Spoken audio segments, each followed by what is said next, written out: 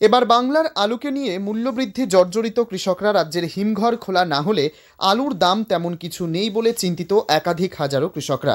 আপনারা দেখছেন বর্তমান আলুর দাম 500 থেকে 600-র মধ্যে রয়েছে। কারো রয়েছে 3 বস্তা, কারো রয়েছে 6 বস্তা, আবার কারো 2-এর মধ্যে মাথায় হাত অনেক কৃষকের। এমন দৃশ্য দেখা গেল পশ্চিম মেদিনীপুর জেলার চন্দ্রকোনা থানার রামজীবনপুর আমদান এলাকায়। অন্যান্য বছরের তুলনায় অনেকটাই কম ফলন পশ্চিমবঙ্গে হয়েছে। পশ্চিমবঙ্গের সমস্ত জেলায় হিমঘরগুলিকে পরিষ্কার পরিচ্ছন্ন ও ছাড়াই বাছাই শেষ হয়ে গেলেও কিন্তু নেই বাংলার অন্য যোগানের একমাত্র উপায় হলো বছরের চাষ আলুর চাষের ফলন ও দাম বৃদ্ধির ওপর নির্ভর করে লক্ষ লক্ষ কৃষকের। তাকিয়ে রয়েছে রাজ্যের হিমঘর অর্থাৎ কোল্ড স্টোরগুলো খোলা শুরু হলে হয়তো হতে পারে সঠিক দাম, সেই নিয়ে একাধিক কৃষকরা অপেক্ষায়। এদিকে গাছ ঘন কুয়াশায় নষ্ট হয়েছে, কিন্তু আলুর ফলন কেমন খুব একটা ভালো নেই। আবার যদি দাম কম হয় ঋণগ্রস্ত হয়ে পড়বে হাজারো হাজারো কৃষক। কোথা থেকে মিটবে মহাজনের ঋণ, এমনটাই জানাচ্ছেন আলু চাষিরা। বিস্তারিত দেখুন। এই যে আলুটা ভাঙা হচ্ছে কতদিন হচ্ছে, চাষটা কতদিন হয়েছে বা কতদিন পরে ভাঙছে? 3 মাস পর। 3 মাস পর।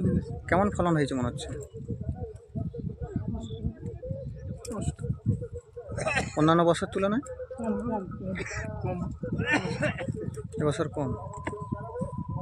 তো এবছর কেমন কি দামে বিক্রি হচ্ছে এখন বর্তমান মার্কেট? আজকে বাজার কত? 650। কি মনে হচ্ছে আলুর দাম বাড়তে পারে? ঠিক বলতে পারবেন। ওনার নাম? সুশান্ত পাল। আলু তো অন্যান্য বছরের তুলনায় ফলন কম আছে, এবছর কেমন? কম আছে, বাজারও কম, বাজারও কম। তো হাজারের উপরে যদি তোমারকে যদি আলু যদি বেচা কেনা হয়, তাহলে চাষি মানে দুটো পয়সা দেখতে হবে, নাহলে চাষি তো দেনার দায়ী হয়ে যাবে। চাষি বাঁচবে এই করে। চাষির তো মানে শুধু তো মানে এই চাষটি তো সম্বল, তার তো আর তো কোনো বিজনেস নেই তাদের, চাষ করা আর খাওয়া। যাতে মানে সরকারের কাছে আবেদন করছি যেন হাজারের উপরে যেন দাম থাকে সবারই কাছে, তাহলে চাষি 2 পয়সা পাবে। এখন বর্তমান দাম কত আছে? এখন বর্তমান 550-600 টাকা বাজার এখন। আপনার নাম? প্রশান্ত পাল, বাড়ি? আমদান।